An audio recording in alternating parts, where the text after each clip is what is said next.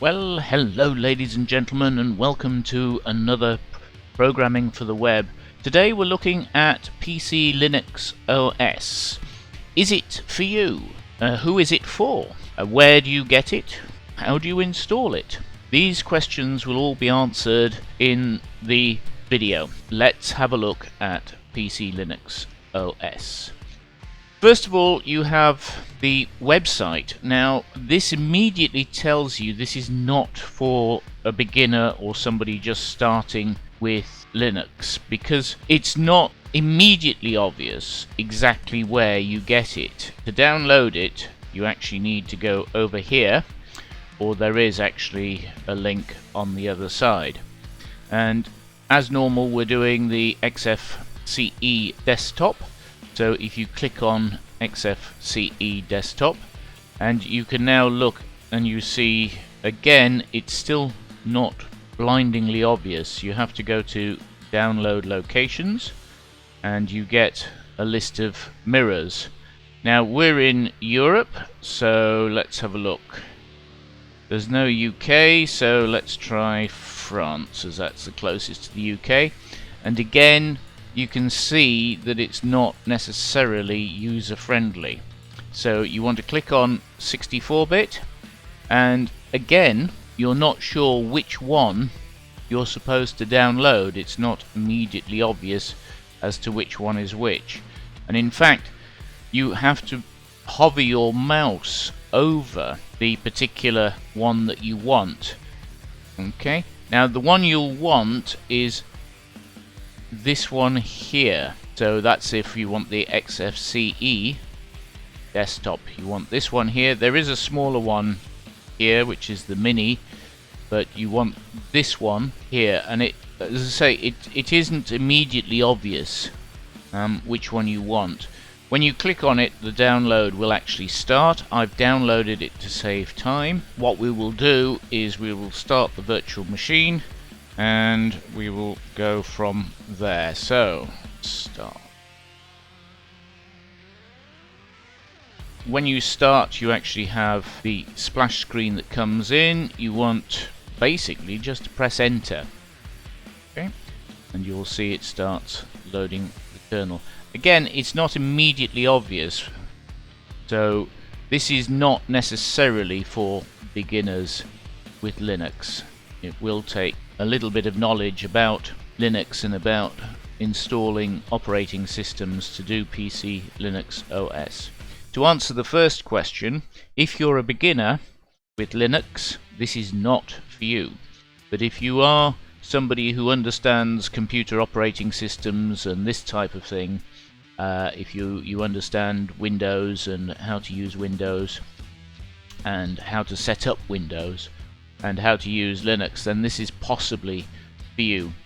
Okay, so we want a UK keyboard because I'm British, so here we go. This will take a moment or two and we should get the virtual machine showing the system. Okay, so as you can see, we have the system. It's not actually installed on your computer yet, and you know that because you've got this icon here which says install me. Okay, so you can try it out. Now the first thing you notice, you've got this Mac OS style bar at the bottom, and then you've got your toolbar at the top instead of being at the bottom. You can move the toolbar to the side if you wish, but I haven't found out how you move it to the bottom. You've got different workspaces available, current workspace and workspace 2 as a default, and you have your usual system tray here, okay, which has the various pieces of information in it. Over on the left hand side you've got, of course, your menu, so you can see the menu, very similar to the ones that we've seen before, and you have, as I say, it looks rather like a Windows menu. It comes with quite a lot of things actually installed, so you've got GIMP in there, and you've got, as I say, a lot of internet items, and you've got a lot of items for advanced use. In here you've got LibreOffice, Okay, plus a number of other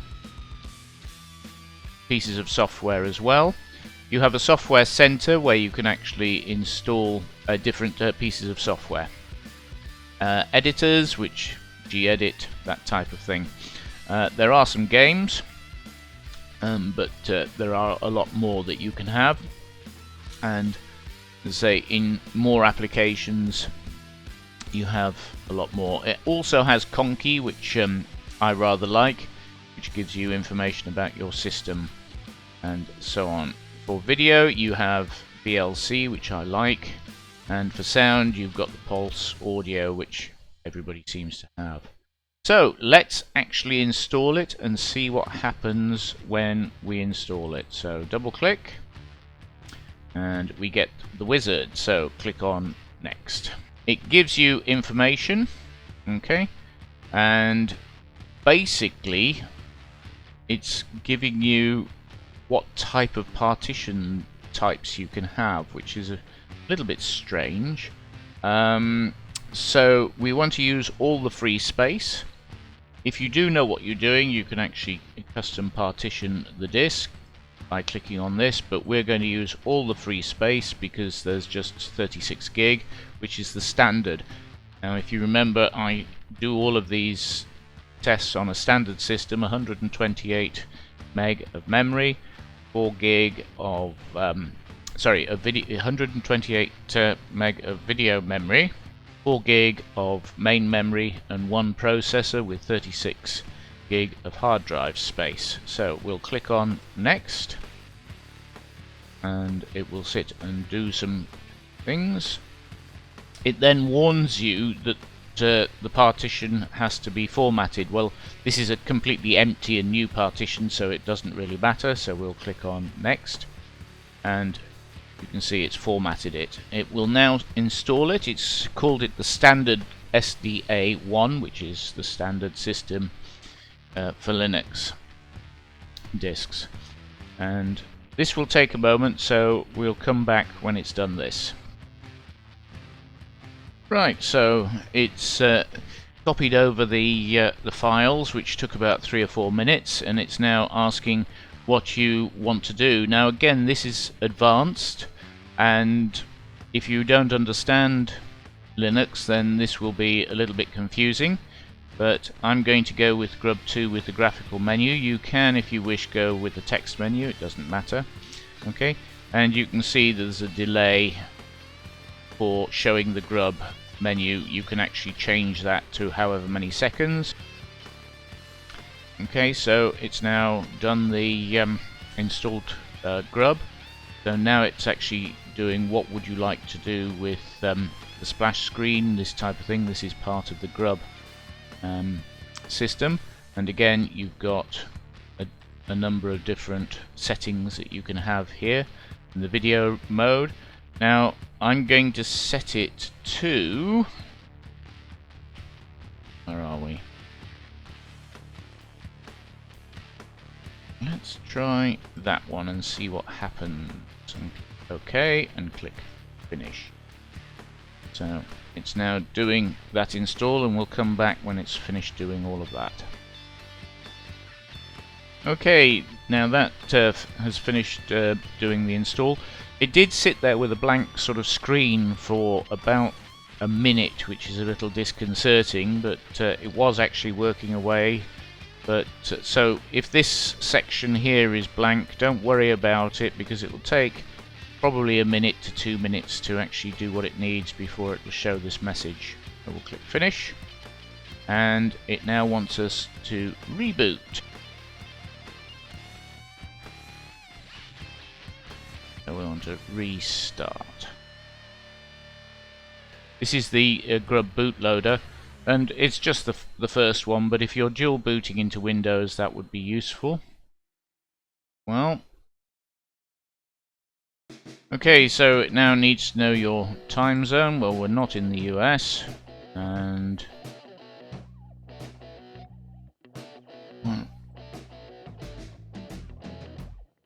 where's Europe?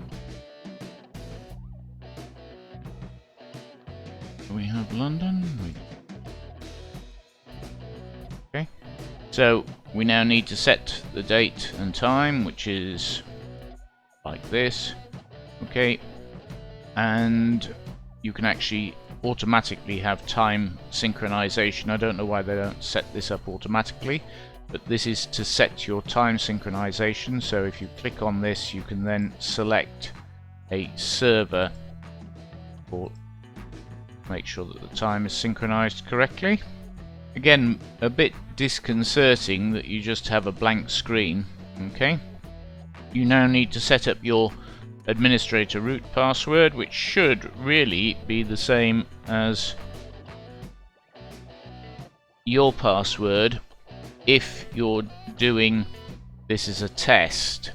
If it's a live system, then it wants to be a different password, and one which is, so mine's John. I'm going to use the same password, which is simply because this is just for testing purposes, it's not on a live system. And we'll click on next. Log in. What happened there? Clicked on that. That's interesting. Seem to be allowing me to log in.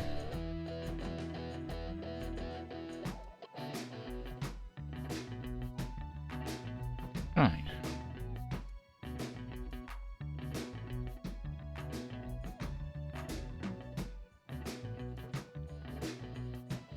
That allowed me to log in that time, by the looks of things. There's a little bit of a bug there first time round. And we're back to the same type of screen that we had previously, as you can see at the top. And here we need to set up screen display. So you've got various different things that you can actually set up here.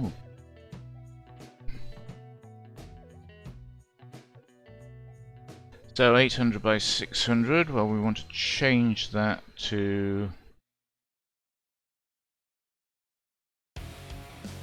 1280 by 960.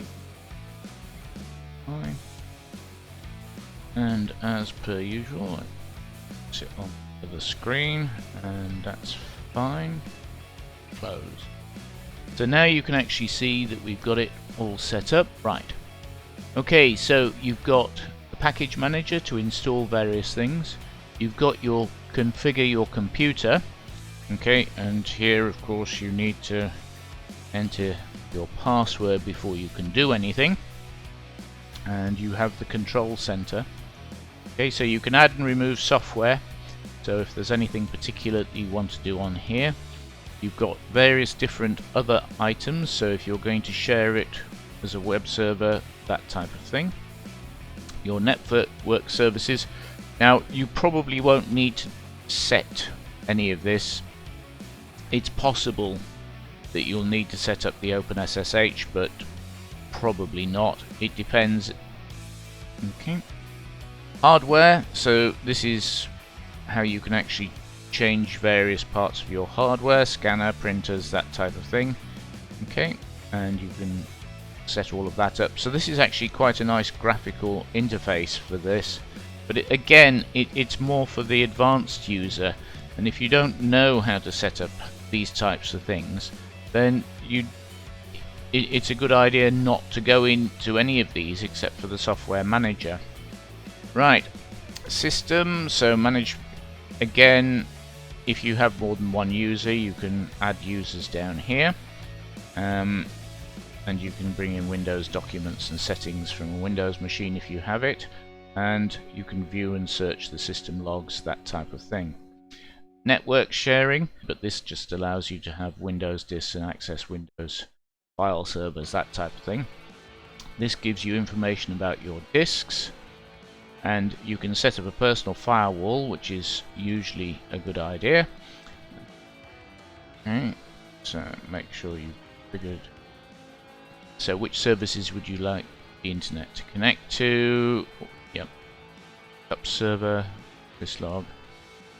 Pop an iMac server. Well, for this I don't need it, but if you have mail servers and that type of thing, and web servers, then yep, you would need to set all of that up if you wish. So we'll click on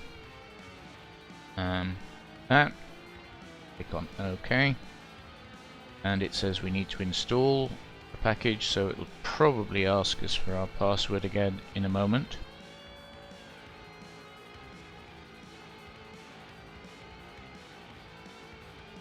Okay, so it automatically selected the right one for us.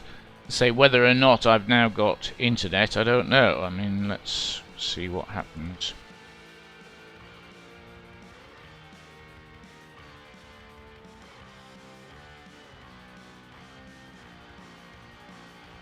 So it's all working, as you can see. We've got the PCLinuxOS website coming up. So all working as it should. So what software do we actually have? Oh, sorry, we forgot to set up our boot system. Again, this is not something that you would need to do most of the time. Again, this is very much for more advanced users on that. You can probably set up, yes. This also shows you that it's more advanced because it has Git and Open Terminal here. Okay, you've also got your desktop properties as well that you can have a look at, which you wouldn't really have. And you have the settings manager for the desktop, so you can actually change the appearance, change the keyboard, that type of thing. Here is your configure computer, which is there. Okay, and you can install the various different printers as required on that.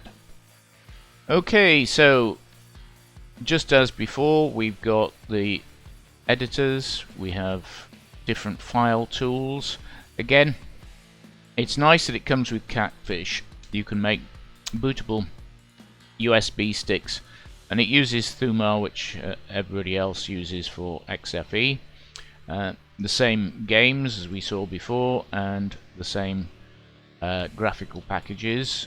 With the internet, yes, you've got Firefox, yep, and Thunderbird, which are the basic ones, and under more applications you've got basically things to help you configure your computer or set up your computer.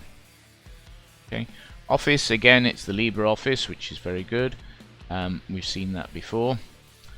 In the Software Center, okay, you can actually configure LibreOffice, you can change various different things, so you can update, install packages, and so on. Okay, sound as we saw before, and video as we saw before. To log out, it's this button down at the bottom. You can lock your session here or lock the screen, and this takes you to the all settings. You noticed I just typed in display here because it's much easier to do that. Okay, but that seems to be about everything. If you're going to use PCLinuxOS, I recommend that you have a knowledge of computer systems and setting up computer systems and that type of thing. It looks like it's a good one if you do have much more in-depth knowledge of setting up computers and joining domains, this type of work. But if you're just wanting to change from Windows to Linux, this may well be a step too far for you. Leave any comments below. If you think of something you'd like me to do a review on, please let me know. I may well look at the Mate desktops. We've been doing the Xfce desktops. We'll look at the Mate desktops for some of the other programs, some of the other Linuxes that we've installed. So let me know what you would like. Okay, thank you very much for watching. My name's John, and we'll see you next time.